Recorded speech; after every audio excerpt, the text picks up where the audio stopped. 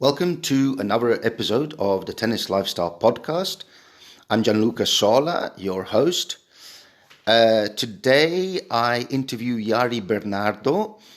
Yari is an old school friend of mine. We were in class together growing up. It's a great interview. Yari has had an amazing tennis life full of incredible experiences. He still is fully involved in tennis.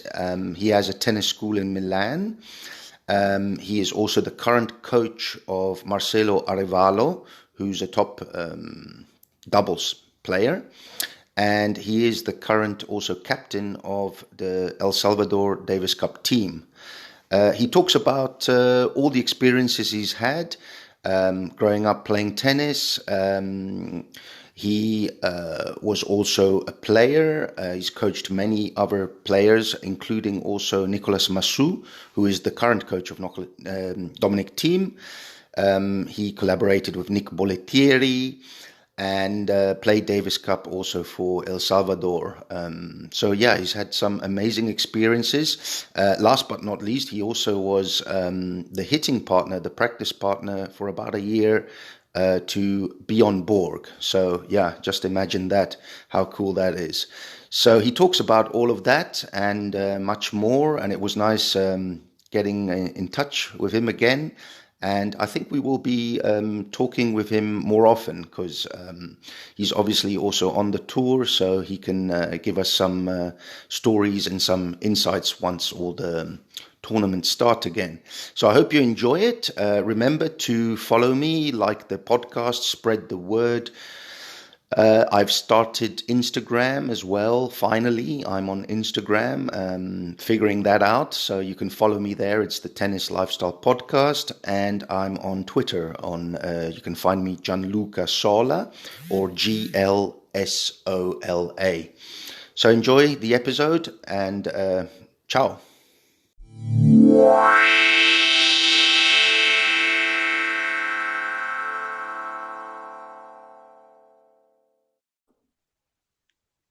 Yari. Gianluca, hi, how are you? I'm fine. How are you? I'm okay here with a lot of heat here in Italy now. It's very hot. Very hot these days, yes. Nice. No, we are in the southern hemisphere and it's winter and it's very cold instead. So I'm a bit jealous. Oh, wow. How many degrees you have there now, Gianluca? Now it's overnight it can also get to 0, and during the day it can be anything between 10 and 20. So during the day it's not too bad. It's not too bad. Yeah. It's not too bad. Yari, thank you for coming on the show. I want to just thanks. I want to just introduce you briefly. We tried to do an interview last week, but there was some technical problems. So thanks for trying again. But anyway, Yari is, we know each other because we went to Medie, which is middle school in Italy, many years ago. And that was outside of Milan in a small town called Lesmo. I remember you were in my class and you were the funny one. You were a very funny guy. I remember that. You were always joking and making lots of funny things. It was a lot of fun. I also remember you were already a very good tennis player. I remember you were already serious and much better than me, for example. But that's how we met. And then you obviously went on to do your tennis journey, and I sort of just continued with the high school and everything.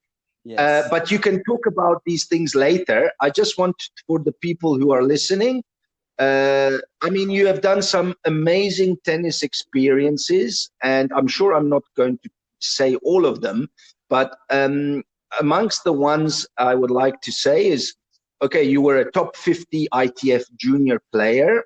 always Yes. correct me if I'm wrong here, because I get my info a bit from everywhere. Correct. You were correct. an ATP player and ATP coach, which you are already still now. Yes.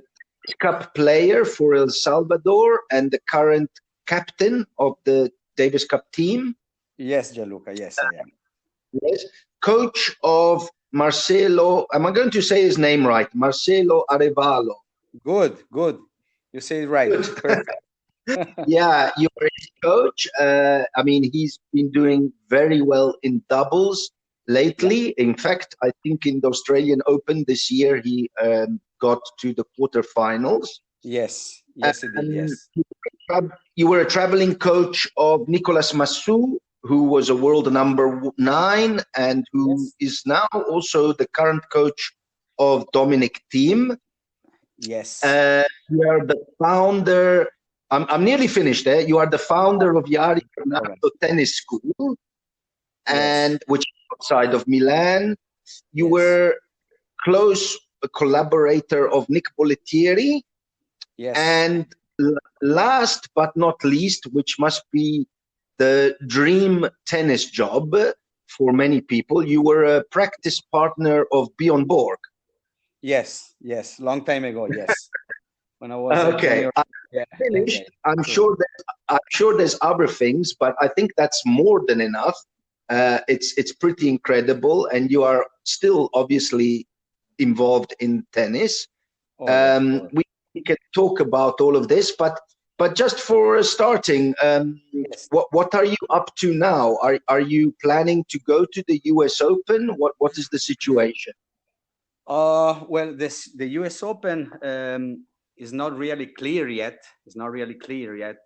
The problem is that now for people goes to US Open, coming back to Europe, they might be under quarantine. So during yesterday, today, and tomorrow, the Italian government will say something about this, because if we have to go to United States and come back and stay in quarantine for 40 days, I think nobody's gonna go to US Open, because in Europe let's say the tour this year is gonna be a little bit longer than the one in the United States, because now they only got 2 tournaments, Cincinnati and US Open, and that's it. Yes.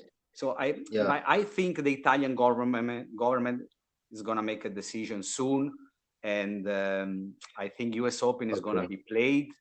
But if the US Open is gonna be played, myself, I'm not gonna go. We decide, me and Marcelo, it's better to stay here. To don't go there to risk a lot, because the risk is high. I don't know if you heard about one of the last news. The US Open, the USTA wants for everybody goes there, wants to sign a paper that you. Yeah, I saw that. Yeah. So it's pretty tough to make this decision, but I think the best thing for me to do is to stay here, to arrange everything I can for when Marcelo is coming to Europe, because we're gonna play at least 3-4 tournaments before Roland Garros, and then we will see, because now Marcelo is number 8 in the world by team. So we currently in the master for the London final. So we are in. So we are trying to do our best, planning our best to be there in November, to be in that position in November, or even better. Yes, but is he going to do the US Open anyway? Yes, if the US Open is going to be held, yes, he might go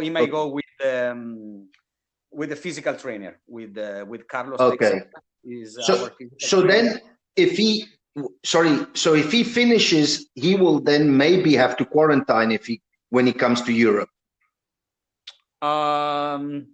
The thing is, yes. I mean, if the Italian government doesn't make a decision on let people in without quarantine, it might be in quarantine. Of course, if it's gonna be on the second week of US Open, it might enter Italy and and be in quarantine. I hope not. I hope not.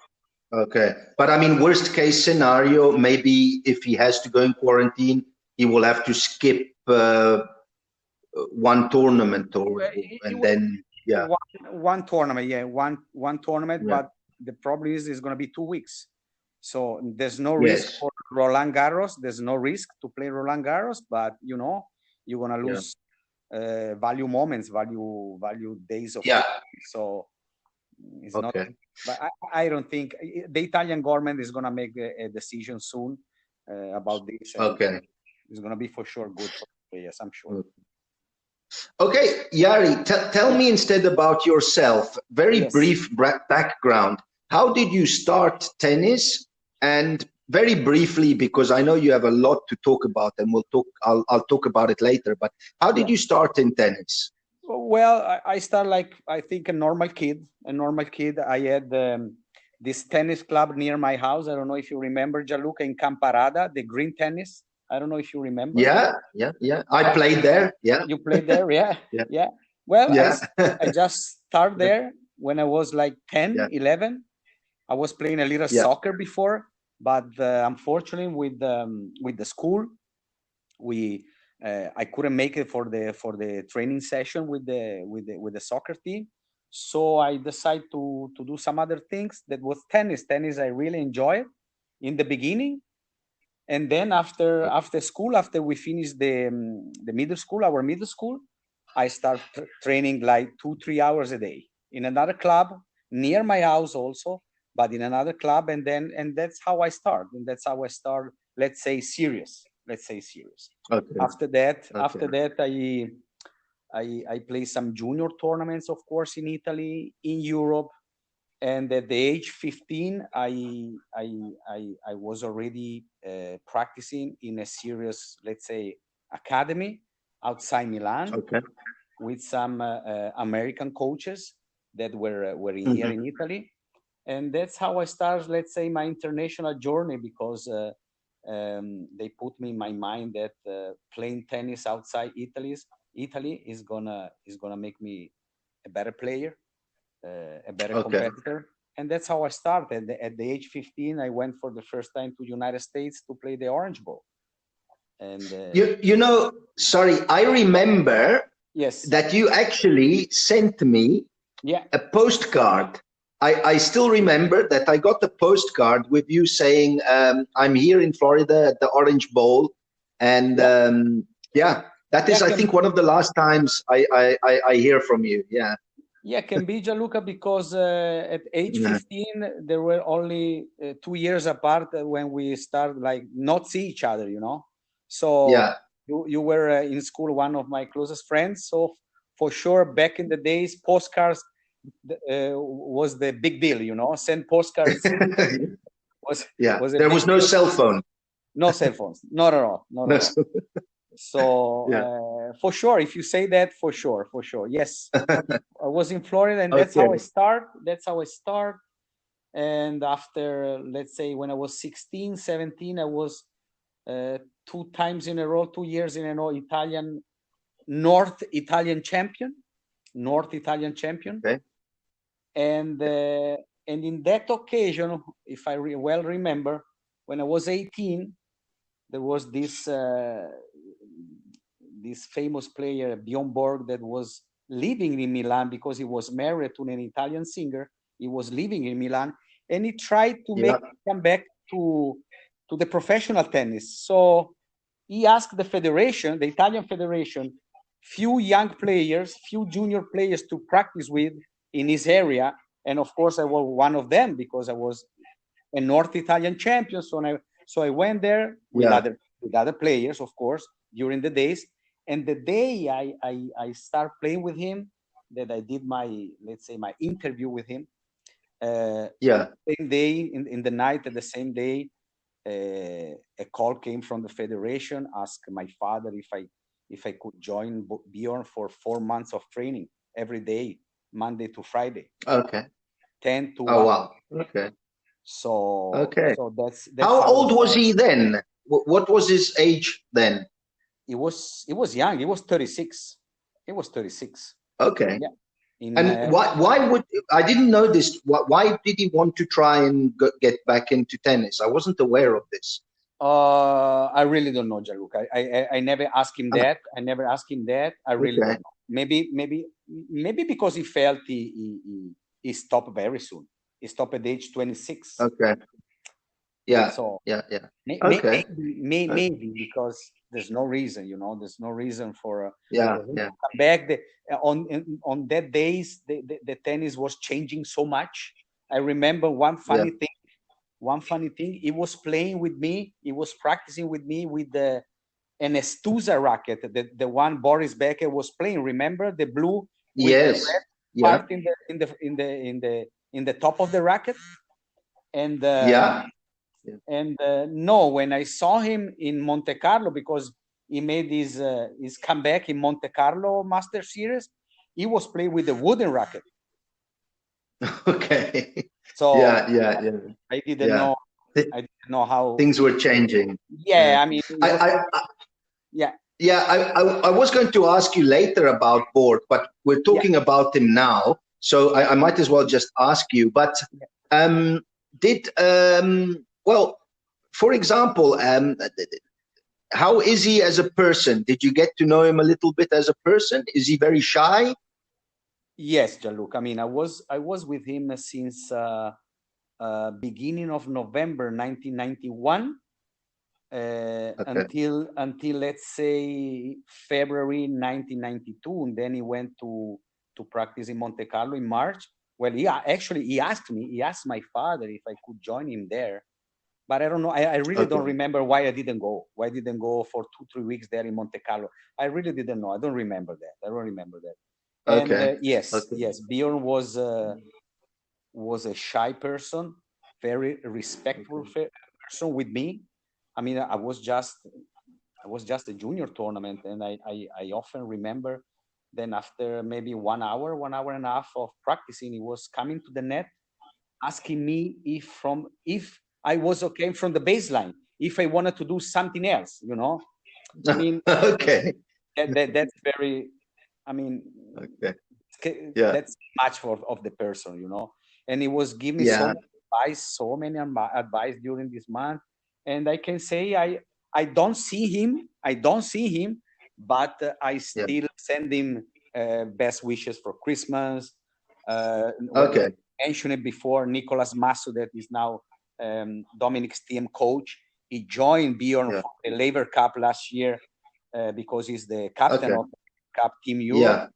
I sent to Bjorn my regards. I sent some picture to him, and he sent me back through Nico. Say hi to Yari. How is Yari?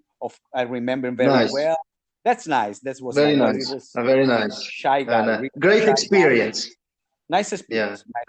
Great experience. But another thing I'm curious, how was his ball when you hit with him? What type of ball was it? Was it very topspin, flat? How did he play when you were hitting with him? Let's say I don't want to say that to take him down, you know, but was a pretty was a pretty normal ball back in the days with me, because he was playing with this very stiff racket, heavy racket, that for me was difficult to handle, you know. That's my opinion. That's my opinion now that I'm a coach, that I remember back in the days. But the thing I well remember, that's the intensity. It's not the heavy of the how heavy was the ball, but the intensity of the rally, of the training. That was really high. It was really intense. And I remember it was running to pick up balls, you know. It was running. Amazing. In the pocket, we had to pick up balls, and it was like pretty like a little run to get the ball and to come back to play. That's something nobody did with me. I never saw this, never see this. This is what I remember. But was very, very amazing. High intensity. Yeah. Compared to today's professional player, was the ball very different, or the intensity was the same? How would you compare it? It's a heavy ball now. It's a heavier ball now. Okay. It's a heavier ball now. But for many reasons, Luca, for many reasons, even for the rackets. Yeah, the strings and everything. Strings and everything. But at the same time, just few players. I saw just few players with his intensity on court. Really. Okay. Wow. Really amazing. Very high intensity. Yes. Okay, Yari. Thank you. I have a lot of things I want to talk to you about, and I always say this with most of the guests. I don't want to keep them too long, so I might jump here and there. But I wanted to ask you about Marcelo Arévalo. How long have you been coaching him? Let me say, Marcelo. I know him since he was a little boy. I think since he was like 8, 9, because as you mentioned before, I played Davis Cup for El Salvador during on the 1998, 1999, and 2000 for 3 years in a row. And Marcelo was just a little kid playing and practicing a little bit at the federation. So I know him since back then. Last year, his brother, that is now the president of the federation, is a little bit older than him. Is Rafael. Rafael is like 4 or 5 years older than Marcelo. He had even himself a good background on tennis. Yes. He was around top 300. He plays Olympic. He played against Federer. So he had a good background. But we always kept in touch during these years. So last year he asked me if I want to help them as a Davis Cup captain, and of course I knew Marcelo on what he was doing in the tour. Sometimes we say hi to each other, and when I went there for the first practice of the Davis Cup, I think we had right away the first day a really good connection. After that 2 weeks, because we had 1 week of practicing and then the other week of Davis Cup. So after that, Marcelo asked me, saying, "Listen, Yari, I'm gonna be in Europe in a few weeks. Can you help me out maybe a few weeks to see how we can do it, how we can be each other as maybe as a coach and as a player." That's how we start, and and I think it's working out really, really good, really well. Yeah. Okay, that's nice to know. Of course, I talked with him yesterday. I talked with him this morning. Of course. Okay. Yeah, I see he's been doing that world tennis team. He did for the Washington. I saw a bit of that. Yeah, that for was the Washington quite nice. Castle. Yes, he played the WTT. I think it's a big event. It's a big event in the United States. Maybe it's maybe the only event going on with this pandemic. With the lockdown down, with the lockdown. Yeah, it did well. It just finished last week. So he's practicing now for the next 10 days, 2 weeks, and then let's see if this US Open is going to be played or not. Yeah. What would you say is the main difference between coaching a singles player and a doubles player? Is it very different, the things you have to do? I think yes. Yeah. I think yes, because on single, for me, you work more on many aspects of your tennis, of your technique, and then of course it's. I think they are really two different sports in one. Yeah. Because being alone, you can mold, you can speak to your player, and then he's gonna do what we did in the training session. But on doubles, you have to think in another way, because there is another mind there playing. So you have to share many things. You have to share many things with your double partner. And he's playing doubles, with an English partner. Am I right? Yes. He's playing double now with Johnny O'Mara. I think Johnny is really, first of all, he's a really nice guy. We have a good connection because even his coach, Toby Smith, is an English coach from the federation.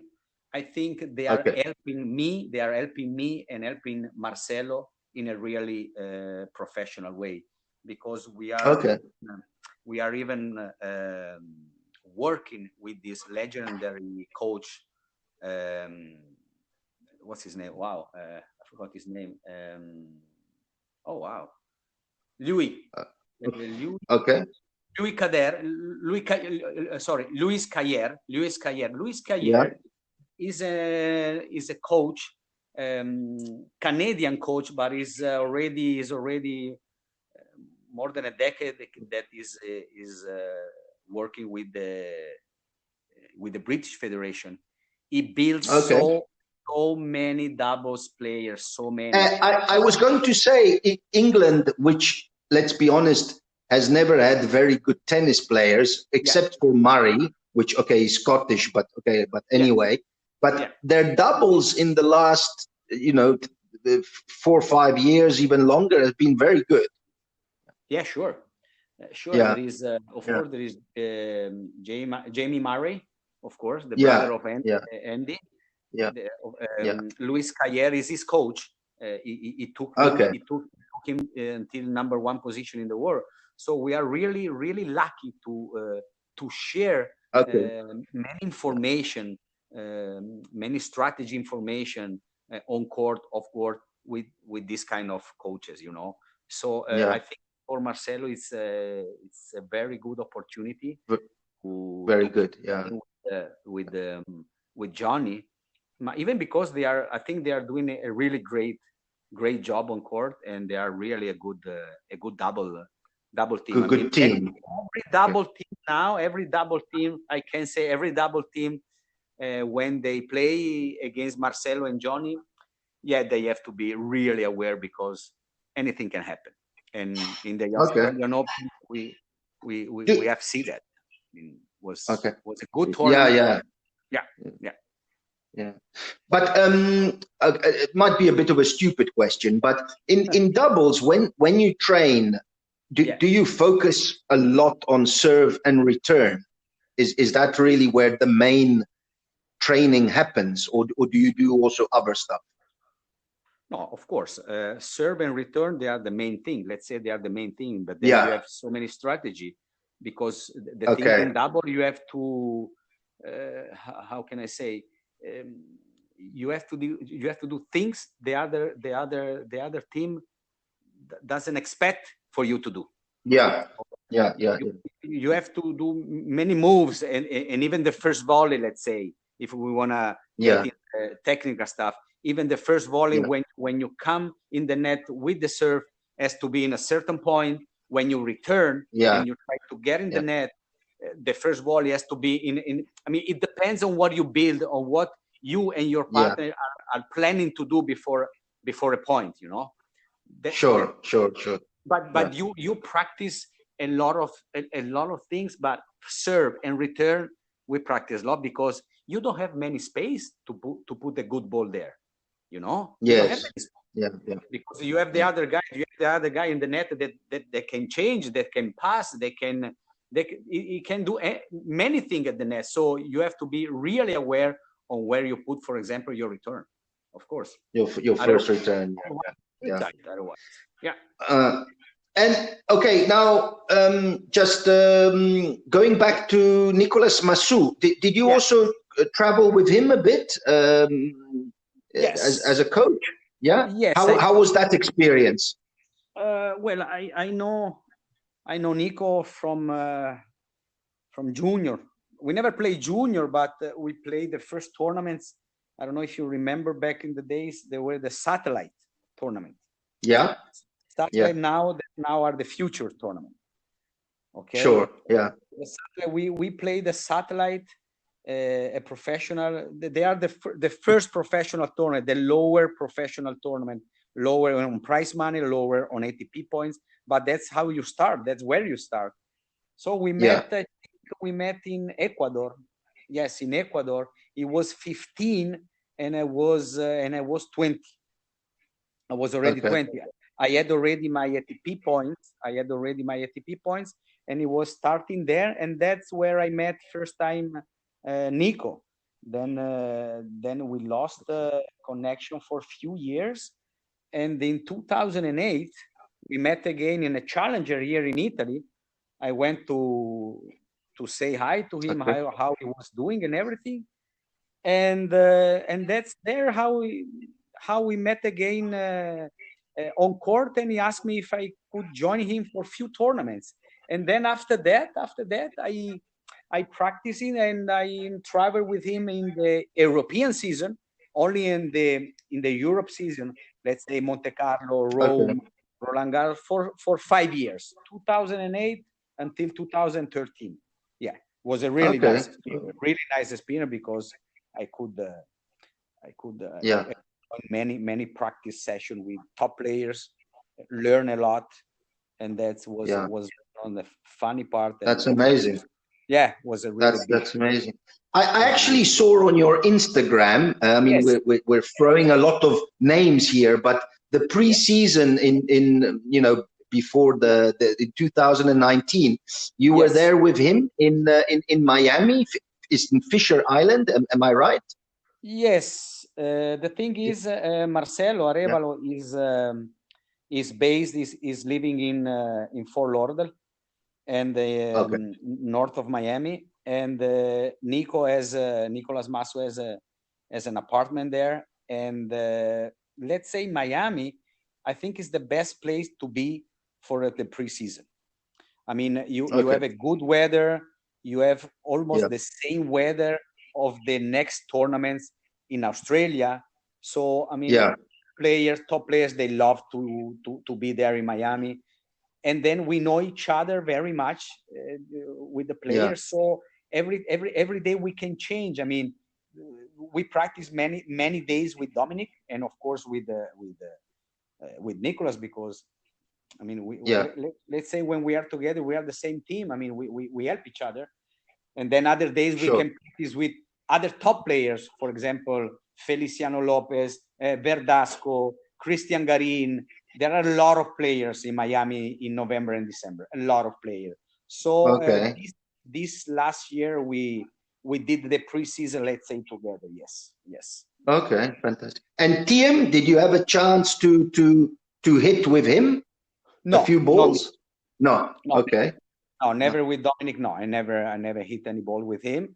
But as I told you, we share a lot of practice session in Miami, Roland Garros, at other tournaments. So, but I can say to you, Dominic is one of the players with the highest intensity on court during practice, and of course even during matches. Yeah. Well, he looks like that. He just looks like. Obviously, he reminds you of Muster as well, a bit. Sure, in Austria. Sure. Yes. He's a really clear guy, very nice guy. Even his family, they're really nice people, normal people, humble people, and I really like to be with him. It makes me feel, even me when I'm on court, that I can be part of a really high standard group of people working. And that's. I think that it's very important for a coach. Yeah, that's nice.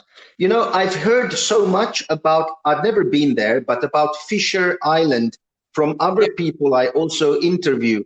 They say it's a beautiful place because there is, you have to get a ferry to go there, but then there is a lot of different courts with different surfaces. It's a very nice place to practice. Yeah, I mean, Fisher Island is this exclusively place outside Miami. Yeah, easy Miami. You just need to take a ferry, 5-6 minutes of ferry, and you are on the island. I mean, you have, of course, all the villas there, all the luxury apartment. You have golf course there, and there is this tennis club. This tennis club that, as you say, it's really small tennis club. Very nice, really well maintained. You have the best clay courts with hard through clay courts, the American clay court. You have the European clay court, red clay. You have hard courts. Well, last year I think they resurfaced the courts, so they were new when we were practice there.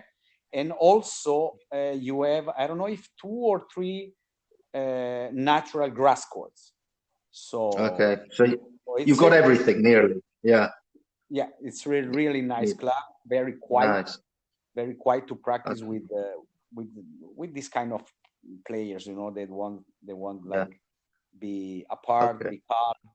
It was really fun. Yes. Yari, what is your thoughts on Italian tennis? Do you think it is in a good period now? There is, if you think about it, we have a lot of top 100, top 200, 300 players. There is obviously Berrettini, Fognini, top 10s. What is your thoughts of Italian men's tennis? Do you think, and also let me finish, what is your thought of Jannik Sinner? Do you think we will, maybe after Djokovic and Nadal, Federer disappear, Italian tennis might have a Grand Slam? What do you think? I mean, during the last years, I think the Italian men's tennis is having a good time. I mean, with Fognini on the last 8-10 years, top player, let's say top 30, top 20. It was top 10 for a few months, and then now Berrettini. We have a lot of other players. We have like 5-6 players in the top 100, and with Jannik Sinner, then I'm gonna say something in a bit. I think is a good moment. I think the Italian Federation did a great job to introduce many professional tournaments like Future, Challenger, that give opportunity. There's lots. There's many. Yeah. A lot of Challenger, a lot of tournament. They have the opportunity with just a little of money to travel within Italy and play professional.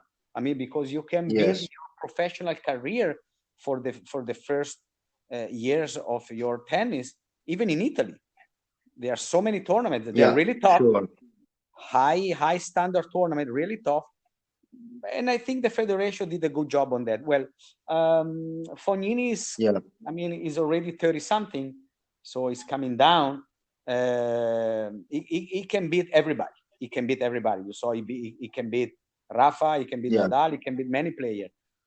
Berrettini is coming now. Unfortunately, with this lockdown, it was a really bad thing for him, because he's ranked number 8 now. So who knows now? Who knows now after 6-7 months? Who knows? But for now, to have the changeover on Djokovic, Nadal, and Federer, and say if there is an Italian player battling for a Grand Slam, I would take Berrettini. I will give him a chance on that, even if still a really long journey for him to do that. Yes. But I think he has a chance. He has a good game. I know his coach. He has a good game. He's a good kid. He had a good 2019 year. Yes. Was really good for him. About Sinner, I saw him is practicing with this famous coach Riccardo Piatti. I was coached by him back in the days when I was like 2022. Really? Yes, because Riccardo is from Como. Riccardo is from Como. Yes, Here. So not far. Not far from here. It's like an hour from here.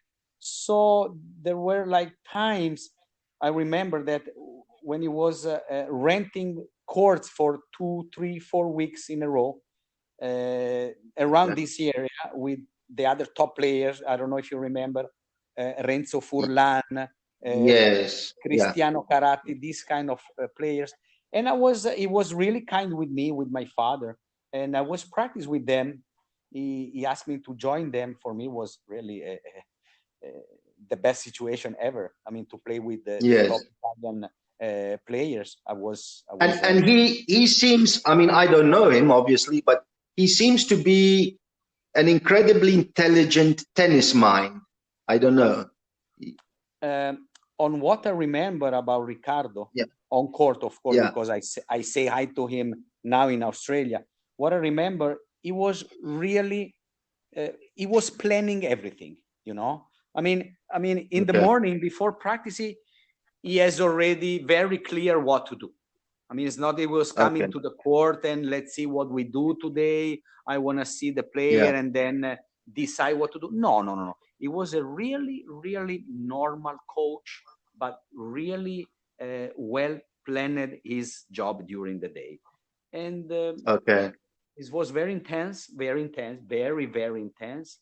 And that's what I think made him a good coach during these years. And then he was always really serious professional.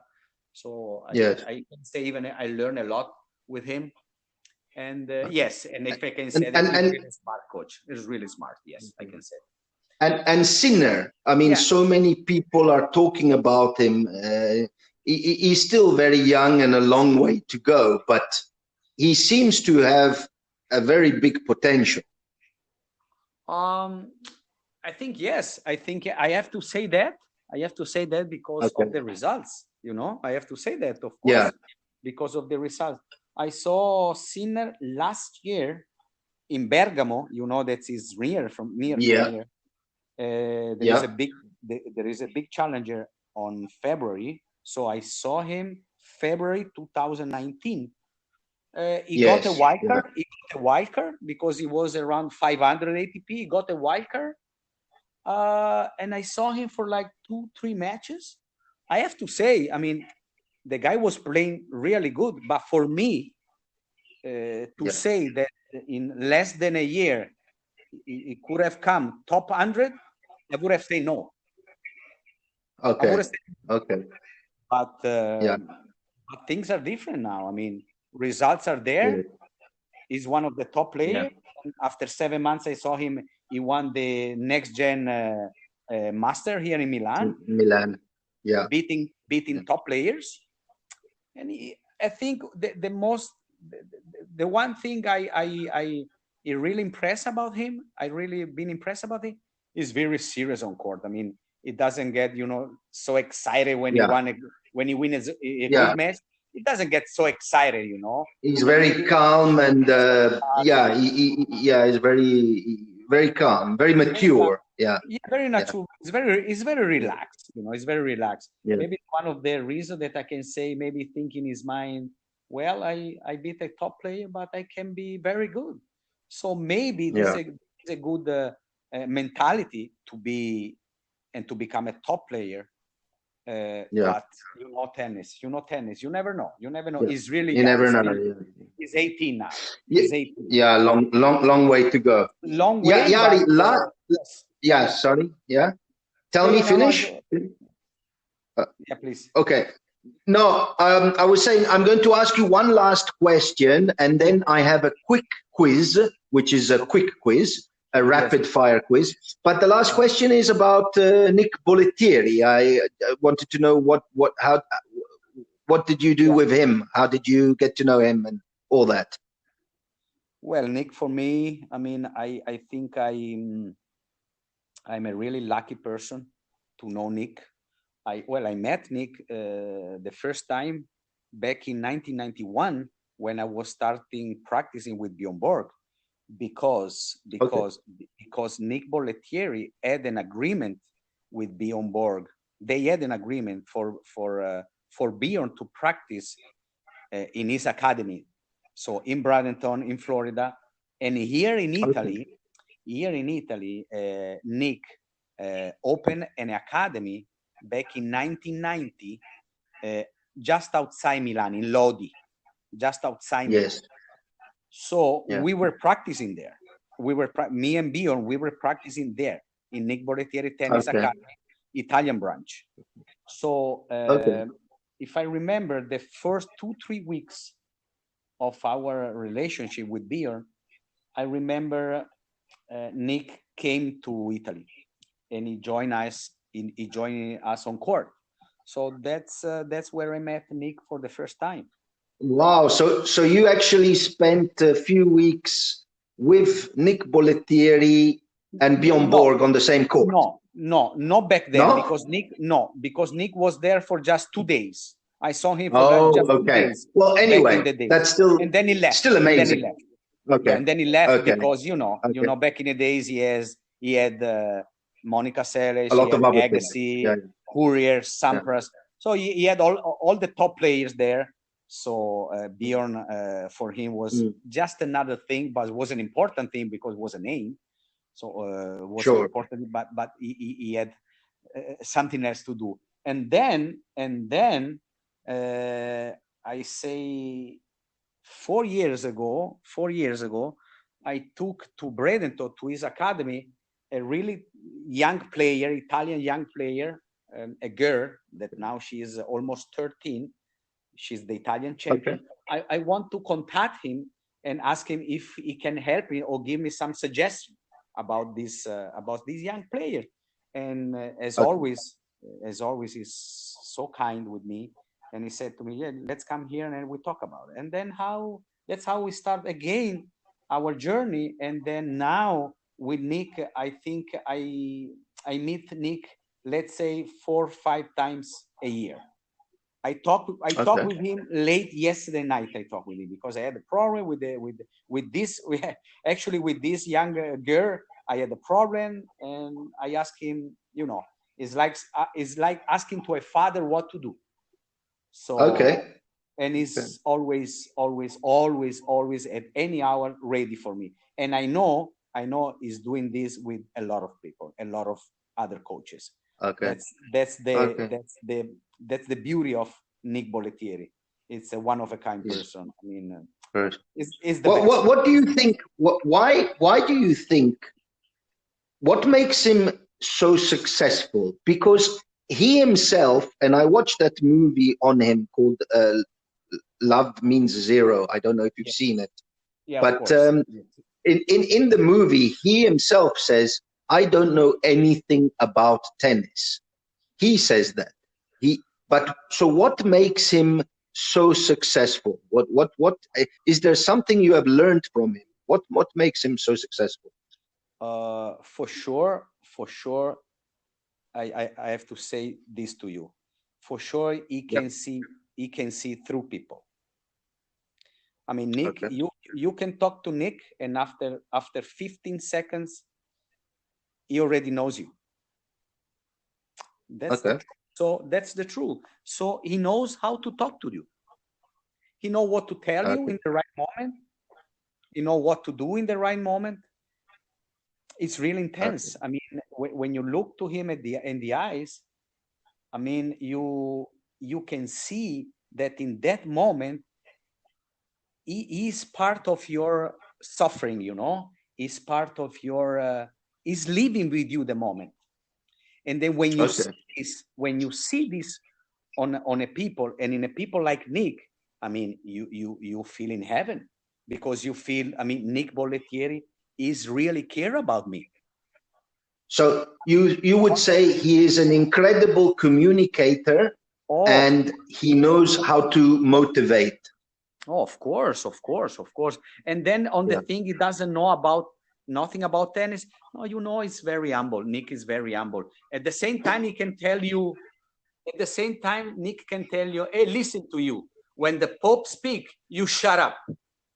But then after 2 seconds, he sits with you just in the grass there and listen to you for like an hour. So there's this thing with Nick that nobody has it. And of course he knows about tennis. Of course he knows. He knows everything about tennis. Tennis now is not playing a good forehand or good backhand. I mean, top players one can have a good forehand, the other one can have a good backhand, the other one can have a good serve. But then in the end, as even Bjorn Borg always say to me, it's the way you think that that make the difference. I mean, if you really think you can win today, you can beat everybody. Anybody can beat. And that's what Nick can work with you in your mind. Okay, amazing, very fantastic. Difficult to understand. You should be with Nick for just half an hour, and I think it's a dream come true for many persons. So I would say again, I'm a really nice person to just pick up a phone and say, "Hey Nick, I need to talk to you."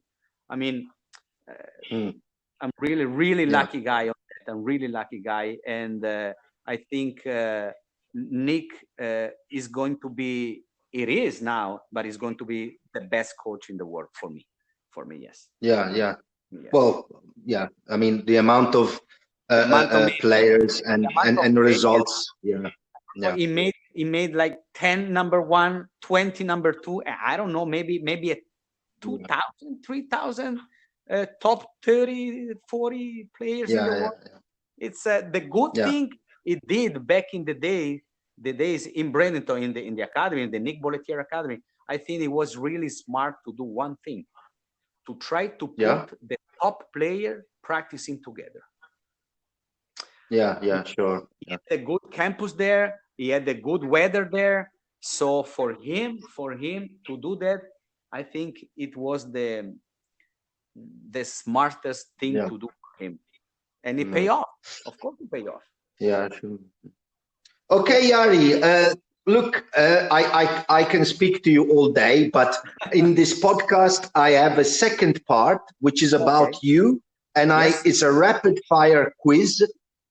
You can even answer with one word, as brief or as long as you want, but it's all kinds of questions. Okay. Let's start with what is your first memory of tennis? First memory of tennis, a good memory was my first tournament in the United States in the Orange Bowl. Yes, for sure.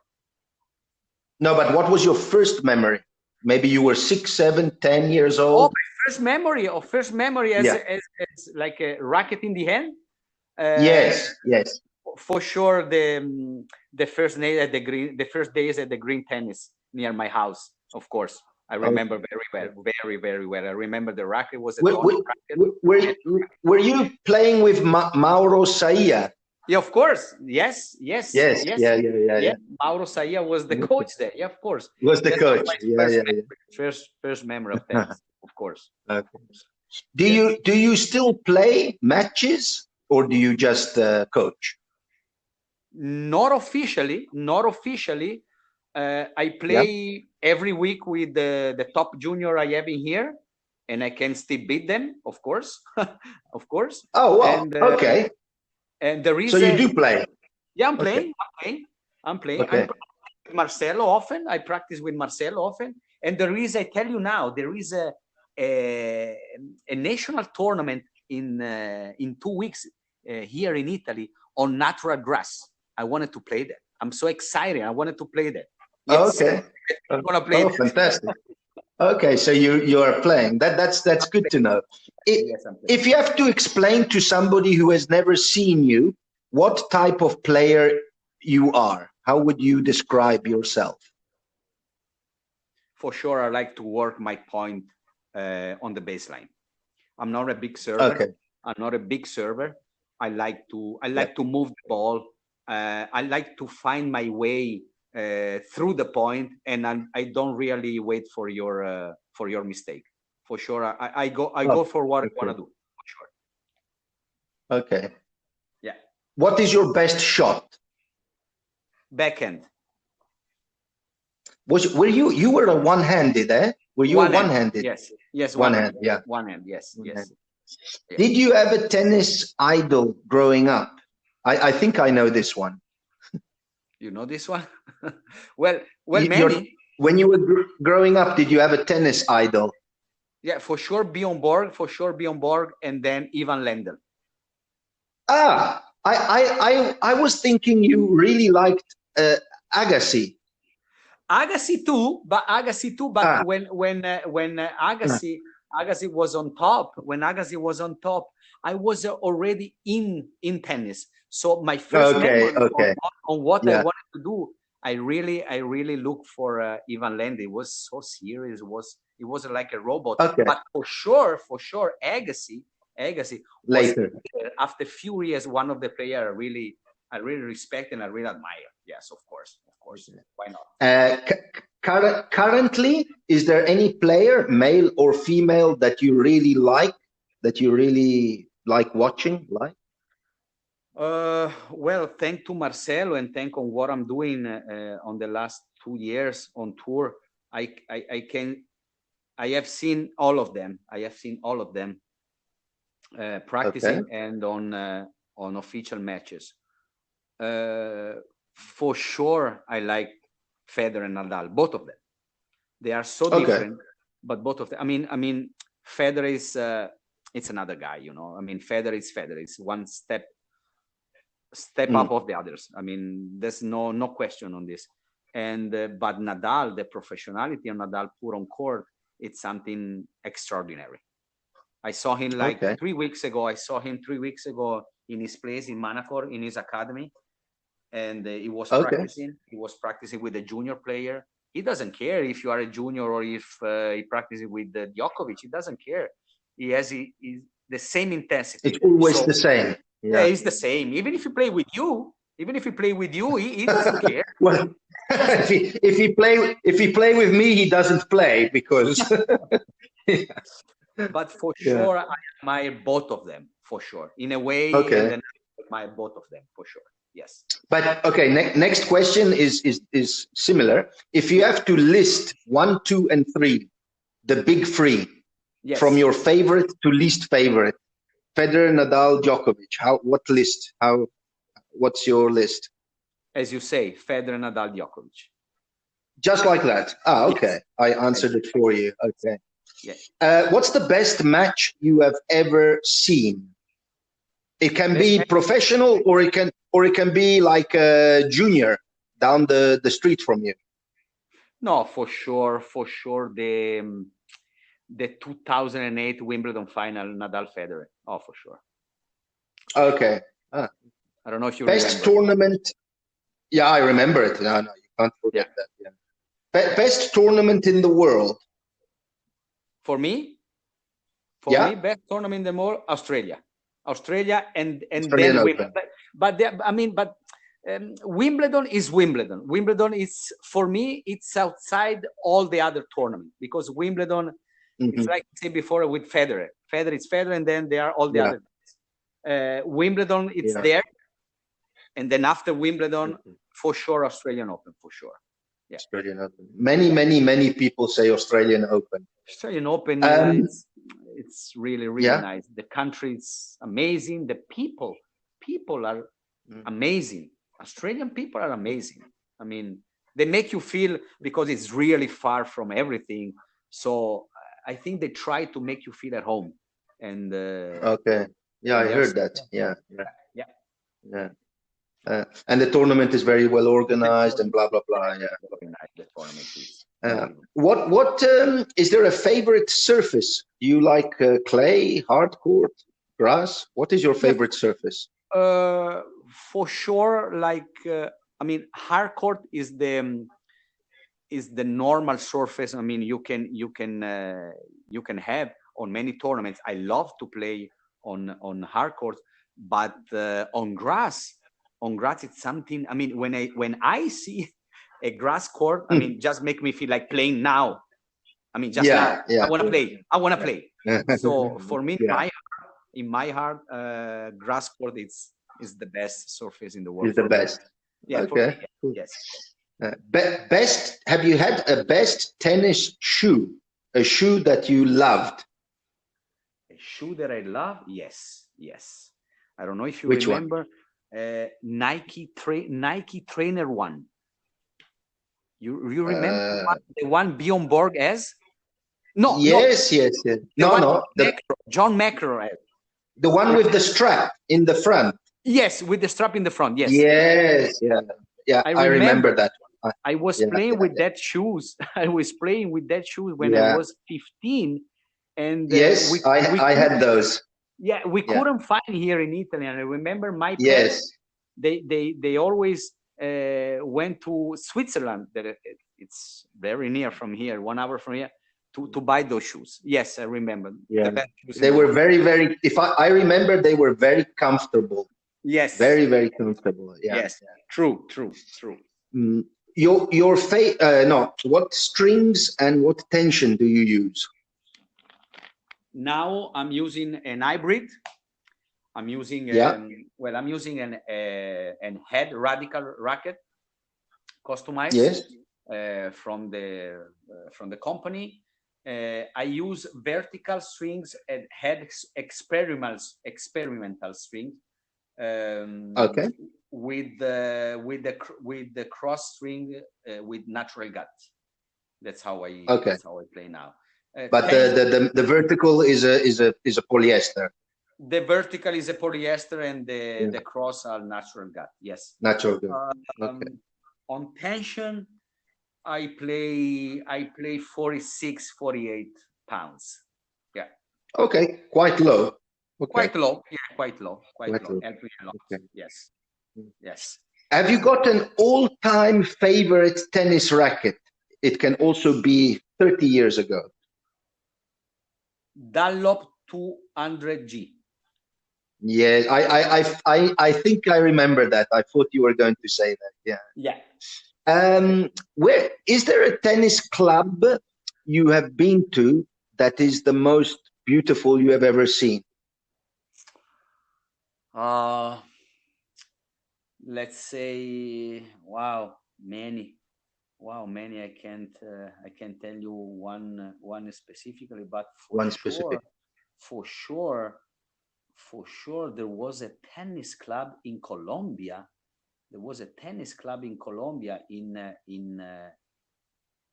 Pereira, I think. Colombia was amazing. Was a tennis club inside a golf court, but the colors, they were beautiful. That's what I really well remember. But what the colors of the court, you mean? The color of the courts, of everything. I mean, it was incredible. I have this in my mind. There is now this on my mind. And was in South America. You have incredible tennis club in South America. Okay.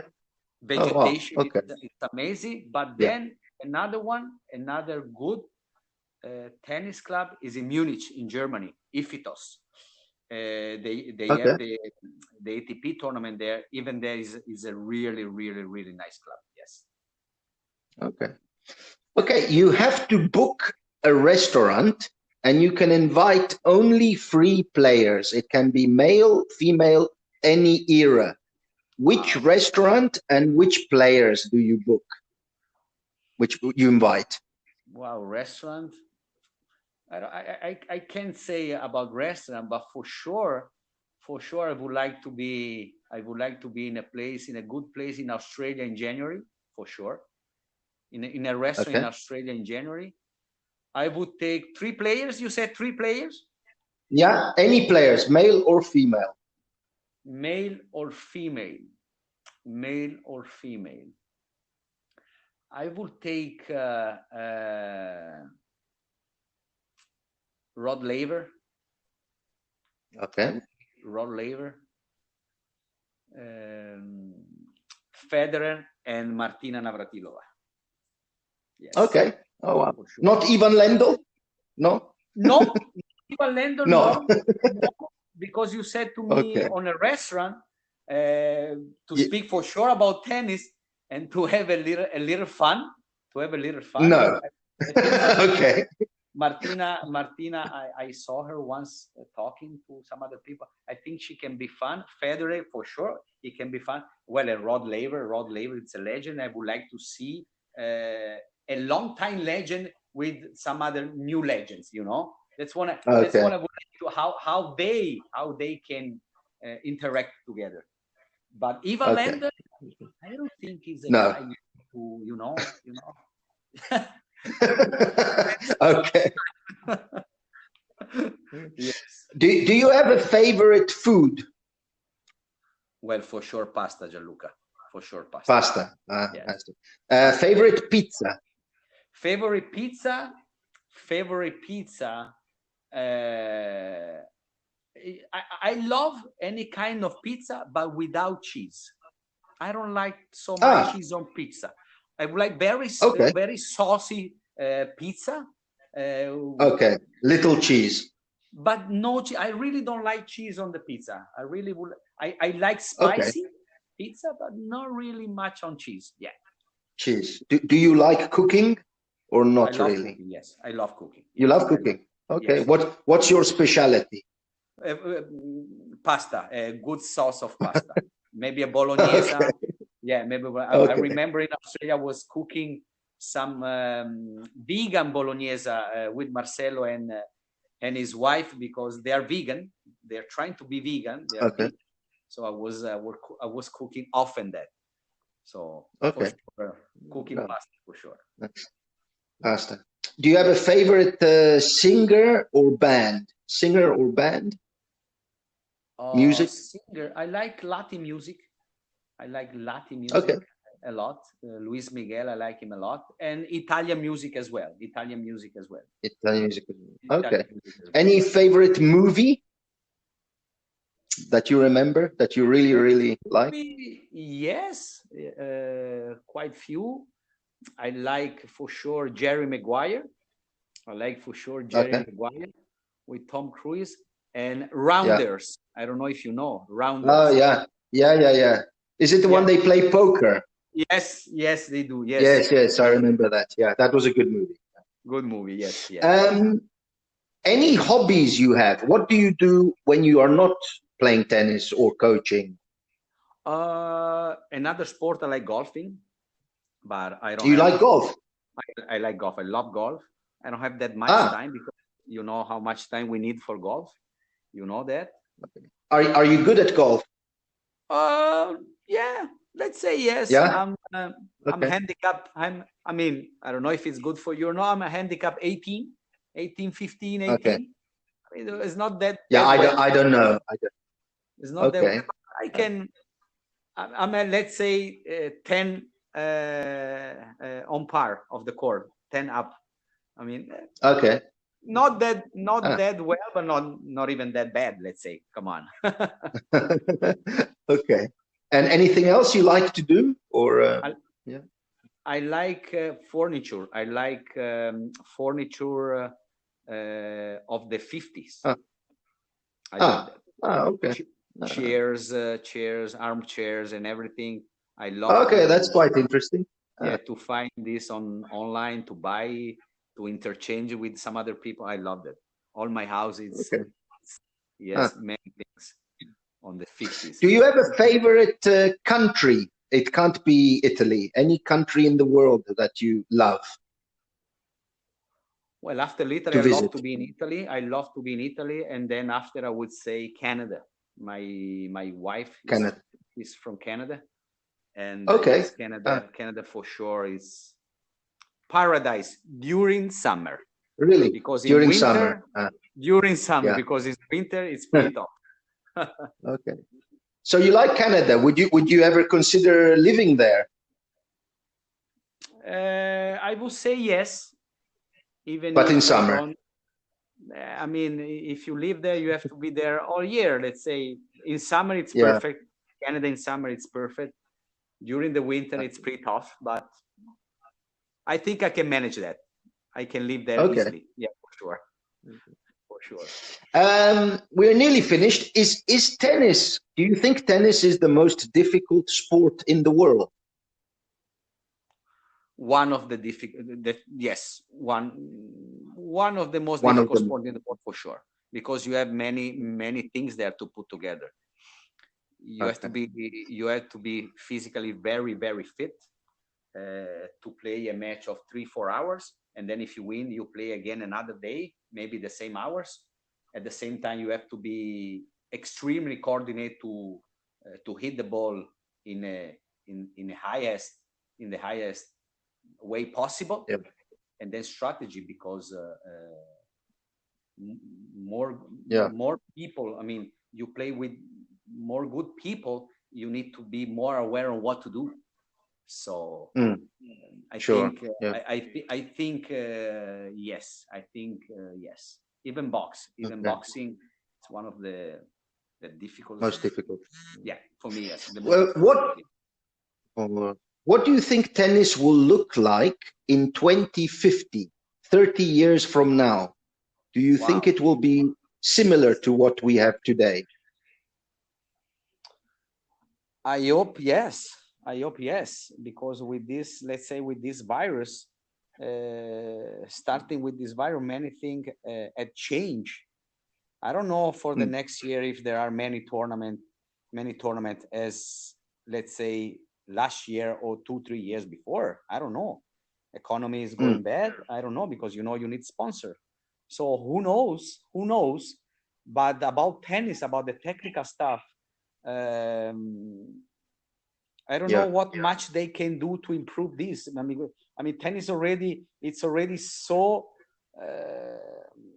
strong now, so fast. Everything came so fast. I mean, you can do you think just everybody will become at the same time faster and more powerful? So it will just be the same as today, but just faster and more powerful. The reactions will be much quicker. So maybe... I don't think much quicker. I don't think much quicker. I don't think so. Much quicker because I mean, we're already there. I mean, what else you can do? We're already there. I mean, for me, they should try to put this tennis a little bit lower on intensity. Yeah, there are many. They can do many things if they want, but I don't know. I don't know now. They wanted to do everything so quickly. Even now, U.S. Open, they're gonna play U.S. Open until quarterfinal with the best of 3 sets. I mean, no, I don't like that. I don't like that. Okay. I mean, they wanted to do everything very. It's very easy to do it lower. You put a lower pressure on the balls.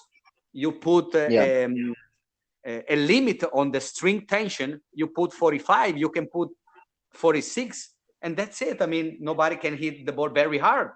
So you start to build your point as John McEnroe and Bjorn Borg did back in the days. I think for me, if they want, it's easy.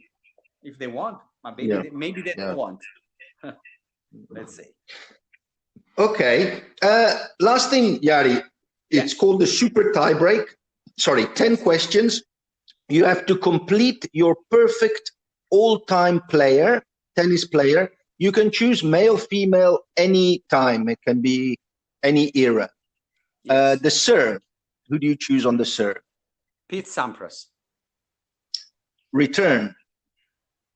Agassi. Forehand. Federer.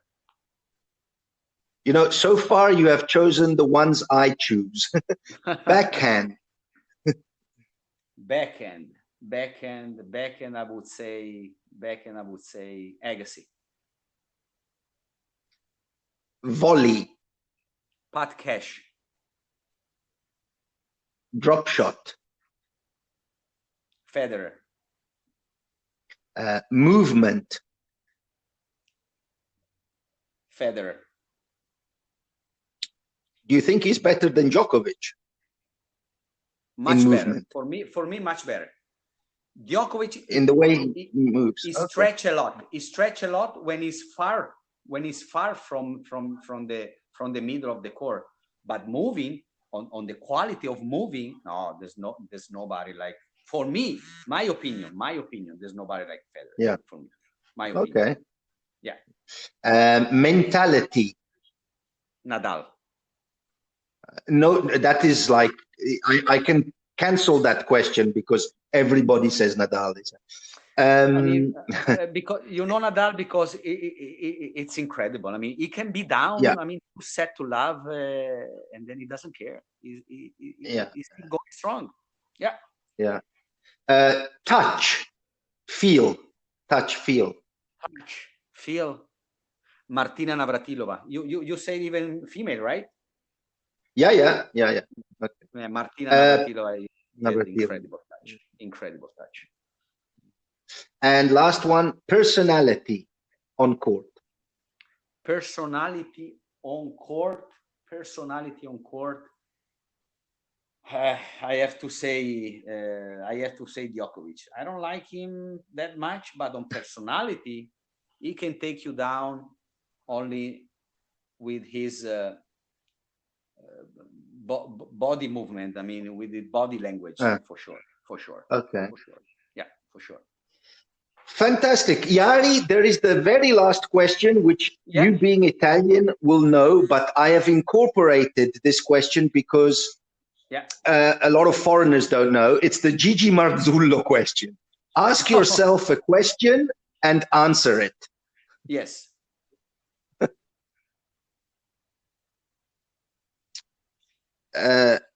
Yes.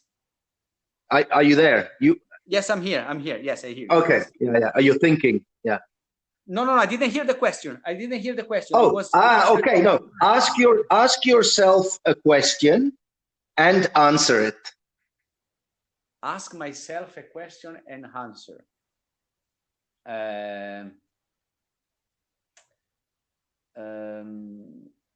If I want to, outside tennis also? Yeah, anything. It can be anything. If it's a really personal question, but I would do with you. You don't need to make it personal. It can also be a normal question. Was the first thing came up to me. If one day I'm gonna have kids, if I want them to be tennis players. Okay. I would say yes. Okay. Yes. Why? Why? Because to be a tennis player, you really need to be a special person. Okay. You really need to be very sincere with yourself, and you have to battle every day, because it's a constant battle between mind and heart every day. So wow, fantastic, Yari. I think we must finish with this, because you've summarized tennis perfectly. Thank you so much. Okay, Yari. Look, we will talk many times, I hope, again, but it was very nice. Whenever you want, whenever you feel, just call me, and we'll do some other things, maybe during tournaments. No problem. But I would love that. If you are ever in a tournament, even just 10 minutes, sure, that would be great, to get somebody on the inside who can maybe give us a bit of flavor of what is happening. For sure. No problem. For sure. Will be very, very nice experience for me too. For sure. Okay. Gianluca, thank you. Okay, thanks, Yari. Thank you. Okay. Have a nice day. Ciao, ciao. Soon. Thank you, Gianluca. Thank you. Bye. Ciao. Ciao. Bye.